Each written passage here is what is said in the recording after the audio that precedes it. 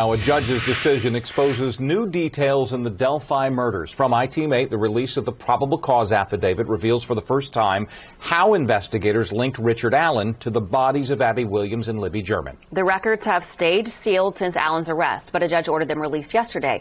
iTeam8's Richard Essex breaks down the trove of new information. Investigators say this is Richard Allen, the man captured on video and audio telling Libby and Abby to get down the hill. Video captured on Libby's phone shows Abby walking on the Monon High Bridge with the suspect right behind her. When the suspect approached the girls, one of them said, "Gun." It is near the end of the video that he orders them down the hill.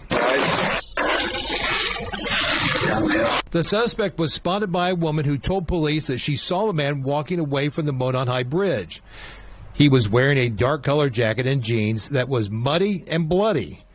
She said it appeared as if he had gotten into a fight. According to the probable cause, investigators found an unfired .40 caliber bullet on the ground in between the bodies of Libby and Abby. Richard Allen told police during an interview on October 13th that he owned a .40 caliber pistol. Police claimed that they matched the unfired round to Allen's gun. Allen told investigators that he'd owned the gun since 2001 and had never loaned it to anyone. The bodies of Abby and Libby were found under the Monon High Bridge. The probable cause affidavit reveals investigators found some of the girls' clothes in a creek nearby. iTeam8 reported late last year that investigators believe the girls' bodies had been moved and staged.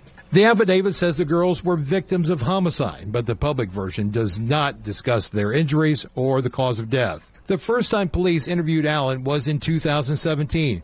Just a few days after Libby and Abby were murdered.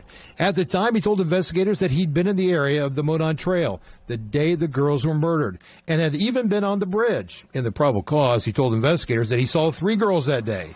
One of them taller with brown or black hair, but he didn't talk to anyone that day. Police may have talked to those girls. 3 girls told police that they had been on the bridge and encountered a man wearing blue jeans and a light blue jacket, and they described him as kind of creepy. In an interview with police just 2 days before his arrest, police say Allen again admitted that he had been on the trail, but he denied knowing the girls are being involved in their murders.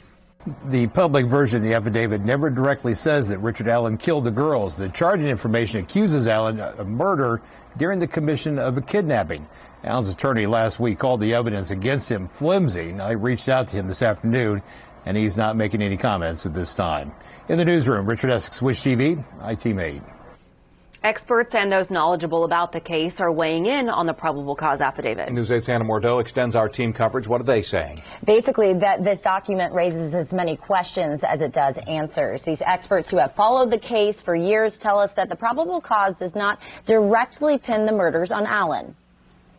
Facing sort of the felony murder charge. So that's basically if you're committing a felony and it results in a death, then you could be charged with felony murder. And Nicholas McClellan in some of these documents actually makes it clear that the underlying felony that they're looking at Richard Allen for is kidnapping. If they are indeed looking at other people, they may feel that a scenario unfolded where you had multiple people participating in the actual crime of killing the girls, or that there was some sort of underlying plot or conspiracy that others were involved in that ultimately led to the deaths of the girls.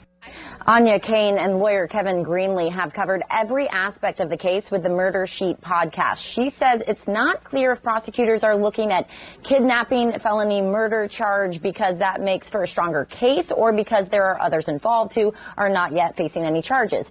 Along with timelines, video evidence, and the unspent .40 caliber round linked to Allen's gun, the probable cause has comments from several unnamed witnesses. A former FBI agent tells us that witness testimony is highly unreliable, especially over time. Allen's lawyers have already cast doubt in the case, saying they are not impressed with the evidence and that Allen tells them he is innocent. Again, his lawyers are calling the probable cause affidavit very flimsy. Obviously, this document is not all public yet. In fact, we've only received 7 of the 8 pages here, so still a lot that we're working to learn. Scott, back to you. Hannah, thank you. Richard Allen's attorneys also want the trial moved, and an IU professor tells iTeam8 to expect a quick decision about that. Allen's change of venue request asks for a court at least 150 miles away from Carroll County, listing 25 different reasons. The main focus, finding a jury pool that has not seen as much coverage of the case.